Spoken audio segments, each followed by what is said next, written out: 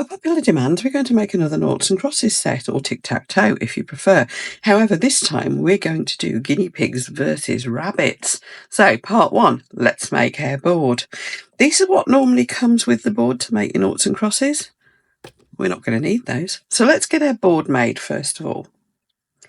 Now, today what we're going to be using for the sake of speed is some polyurethane resin. This one is clear. This mould was just from Amazon and looks like it could do with a bit of a clean, but it doesn't matter for the project that we're doing, so no problem. The other thing we're going to need is some stuff to put in it. Now, I fancy something that looks like a little garden wall and then some grass in between, so let's do that. Some coral sand, but you could use anything. I just thought that might look like a very small, I don't know, footpath, or might even look like the garden wall I was originally mentioning. I don't know. Anyway, I thought it would look natural. Go darker than that a bit when it gets the resin in it. We have got some, this is my leftover model railway scenery stuff. This is scatter, and this was from Penduke Models, if I remember rightly. That's spring green. This looks like coloured sand. And then because I didn't want it too even and perfect, I've got some of my own flock mix, or sprinkles, or scatter, whatever you want to call it. I call it sprinkles. I think it's officially called scatter. And that is some green grass and a bit of flower soft colour stuff mixed in. So that's what we're going to use. Right, let's get some PPE organised and we will crack on. So, the first thing I want to do is to do the border. So I'll put everything else to one side. We're going to use our coral sand. Now, the reason I'm using coral sand rather than normal sand is, one, it's very coarse, and two, it's lighter. So that's why we're using that. Let's have a closer look at our resin. I get asked a lot of questions about PU resin. Bear in mind there are loads of different sorts. This is a clear one. And when I say different sorts, there's different brands. There seems to be different compositions, because some will cure in like 20 minutes, you can demould them. Others take 2 or 3 hours. And my take on that is, if you've got one that takes too long to cure, you might as well have just stuck with epoxy resin, because this isn't necessarily a cheaper option or a safer option or anything like that. It's all about the speed for me. Now, this one is Opticast 1000. 2-component polyurethane system, water clear. Good for embedding objects. Low viscosity, which is really handy for something like this, because you want something that's going to run down well in between your stuff that you're putting in it. UV stable. Oh, yes. I have a bit of a report on some clear PU. I've had a block of it outside in the garden all through a really harsh winter, and it's now had some hot sun on it as well. So there we go. It can be cast from depths between 2mm and 15mm. I have gone slightly deeper. It was temperamental when it got slightly deeper, so I would say stick within this. Cure time of 60 minutes. There you go. So that's good, isn't it? And it's a 1-to-1, so nice and easy. Notice all the warnings, though. You definitely need your respirator, goggles, gloves, clothing, eye, face protection, everything. Wash thoroughly after handling. I tend to go and have a shower straight after I've been using any resin anyway, to be honest, just to make sure any hasn't got onto me where it didn't want it. So we're going to mix up. Now, the thing to bear in mind when you're mixing polyurethane, you don't have a huge amount of pot time. Pot life, 8 to 10 minutes. So what I'm going to do is get it put into 2 little pots. So I know I've got the same size. So here we go. It's not going to need much, is it? Especially once I put sand in it. People have asked me what it smells like. Is it a low odour thing? And I've said, I have no idea. I've got a respirator on.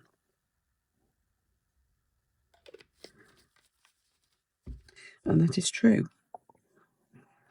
I'm guessing it's no less smelly than epoxy, to be honest. I'm just guessing. But this stuff is a good alternative to epoxy if you're looking for speed. It is not a safer alternative. Please, please, please bear that in mind. It doesn't mean you haven't got to do all the usual safety stuff. What we're going to do, this is a paper pot. Of course, you could use any silicone pots, anything that you normally would use to pour. And we're just going to go around. So, I mean, it does stay lighter excuse me, it does stay lighter than normal sand. Would you believe? I've taken even sand off the beach in Alcudia, which is quite famous for being white. And you bring it home and you put it in your resin and it goes a lot darker than this. If you wanted it really, really white, like so it did look like a white on holiday beach sun sand sort of setup, then of course just mix a bit of white pigment in with it or something. Right, now I've got little bits going over the edges, not too worried. I'm wanting this to look quite naturalistic. What I'm seeing is, as the sand sinks, it's going down into the shapes. So any overflow I'm getting is just clear. That's good. Right, so I'm going to leave this an hour-ish. It needn't be fully cured, but as long as it's well on its way, that's good. I'll see you later. Okay, stage 2. It's been an hour. That's hard. Right, what we're going to do is, I want it to look a bit like the guinea pigs and rabbits are on a lawn. Or in a meadow. So I'm just going to put a little bit of colour here and there, so it's not all the same. In fact, that'll probably do. And then what we're going to do is put a thin layer of resin in. So where are we again? Same amount in each. You need a little bit more this time, I think. We'll do a good cover. Just a little bit more. Now this is a 1-to-1. I'm just doing it by eye. I can see how far up these little pots it is. You probably should. Well, in fact, you definitely should be using actual measuring jugs. But I can just see that's the same amount in each. What I'm trying to do is get this to stick down first, and then find where on the back it's got the green mix in. Which, as I say, is like a fine sand actually. So you have to really kind of crack on with this stirring with this, because you do have only that short window of opportunity to cure it. So here we go. Just pour it over. It'll move that sprinkle round, but I'm looking for something quite naturalistic, so it doesn't really matter where it goes too much.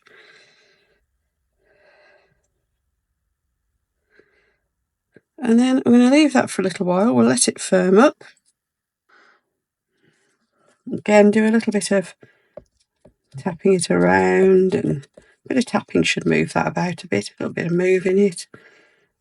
I'm hoping we don't get any bubbles in the top layer. Because if there's going to be, it'll be on those edges, won't it? Around the edges of these bits. Hope not. Right, I'm just going to let that sit for a few minutes, because it'll start to thicken very, very quickly, being the sort of resin it is. And then we will mix up our green, which will be our grass. I'm going to mix up a bit more, because that will start to thicken so very quickly. I'm quite happy to go in with my last layer. I'm going to give it 10 minutes, because this will have thickened by then. Is that enough sand is the next question. A bit more. Grass, sorry, it's grass, isn't it? Grass, did that sound posh?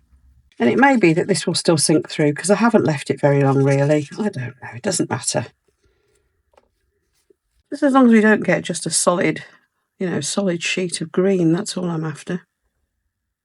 Yeah, I haven't left it long enough, have I? So you might want to leave that first layer a little bit longer. Just doming this up a little. The colours will all blend. That should do. If there's any overspill like that, we can soon trim that off afterwards. That is not a problem, because you can just sand the edges of this in the same way as you would any other resin. So I have here a toolbox completely full of piggies. These are the ones I've made previously that we can use. Let's have a load of the little, because I've got a lot of these, Dutch or sort of Dutch. Now the most you're ever going to need is 5 to win. So there's your 5. 5 little guinea pigs.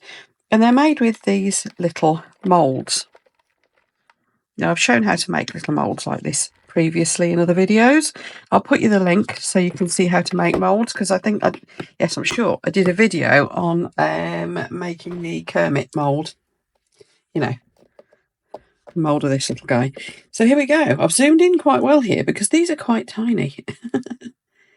They're just made of plaster of Paris. Now, of course, you could use Eco Pour or anything like that, any of the eco casting powders, Jesmonite, whatever your preference is, but I just use good old-fashioned plaster of Paris. Now, I've got some bunnies already made. Now, the way I got the originals, by the way, for these moulds is with the piggies. I'll show you. I got the Playmobil ones. Now, they are rather flawed in that the noses were too long, so I filed it down and adapted it somewhat. And I've taken the casting marks out of the back. So it is actually different to the Playmobil piggies. But they were just too pointy nosed for nice pigs. So anyway, that's how I did those. And the bunnies, the original mould didn't have tails. So I've added tails. It was a bought mould for fondants. I don't even know where the original is now. But yeah, the back end was just smooth and flat. So what I did was I cast one and then I just put a daub of ultraviolet resin on the bum, cured it, put another daub till I got the size tail I wanted, and then I'd got my original to make bunnies. Anyway, let's just cast a bunny so you can see how it is done. So as you know, plaster of Paris only needs water. So I'm going to put, I always end up with too much. It's difficult. I find it very difficult to mix tiny quantities. So I'm just putting it in one of these little paper pots. Tiniest drop of water. Now, of course, the paper pots, I can just give them a scrunch afterwards and we can reuse them if I really want to. Mix it up to about like thick cream, thereabouts. It's quite forgiving. You can go a bit either side of it and pour it in. You can see from the shape of this mould, that was also made in one of these little paper pots. Plaster dries pretty quickly, but I'm just going to treat it the same way as I would any of the eco casting powders. Now, the reason I use plaster is it's cheaper for a start for this, and also it takes paint really well, and you don't need these to be that hard wearing. The plaster I do use, by the way, is Herculite. It is stronger than normal plaster of Paris. But as you can see, what we then end up with, once that's cured, is some bunnies that have got some pretty scruffy bottoms. So again, I just dig out a file and give them a bit of a clean up. Just tidy them round a bit, like so. Doesn't matter if there's a bit of a base there. And of course, we're going to have to paint them. Yeah, that's the one with the duff ear. Oh, this one's a nice one. Depends how much you filled your mould as to how messy the bottom is, really, doesn't it? And all we're going to paint them with is acrylics. There's our 5, look. Right. Put those 2 out of the way. Put that one over there. We can demould that one together anyway shortly. But here's our 5. So we're going to get our paints out and paint those next. So the paints. All we're going to use is acrylics. Now, I've mixed some colours up to try to get suitable guinea pig and bunny colours. Now, I think these are going to be... I'm going to leave them white, you know. I'm just going to paint a bit of colour in their ears and things. Yeah, I've got pink. So this is an old jam pot. I've just mixed some pinky colour up in it. It's slightly pearlescent as well because I mixed some pearlescent white in with it. And all we're going to do is paint their ears in. So this is an easy one. If we start at the front and just go back like that, all we're doing is putting a pink inside to their ears, which I think is quite cute. And then when it comes to the eyes, that's even easier. I've got some acrylic paint pens, the whole thing in acrylic paint pens if you wanted. Let's go head to head. Guinea pigs and bunnies, who's gonna get ahead? They're both cute and fuzzy. We gotta pick a side, but when it comes to tic-tac-toe, who's got that winning stride? The guinea pigs are nimble, they scamper all around. They've got those little paws hopping on the ground, but bunnies are quick too. They hop with all their might, they've got those long ears ready to take flight. Guinea pigs and bunnies, who's the real tic-tac-toe pro? In this furry showdown, who's gonna steal the show? It's a battle of cuteness, who will be the one to win? Guinea pigs or bunnies, let the games begin.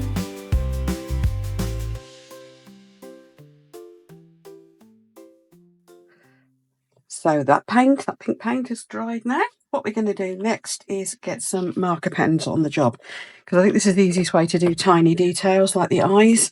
So here we are. This is a great set I've just got. They're acrylic markers, and it's got the Neon Glitter Morandi Metallic Pastel Classic. There you go, 72 pence, and it was a bit of a bargain. I found this in. I just thought this was terrific value. So if you're looking for ways to save pennies, I'm finding this pretty good so far. I know all our lovely resin brands, a lot of them do acrylic markers as well nowadays, and they're all very good. But I just saw this set and I thought that's a bit of a deal.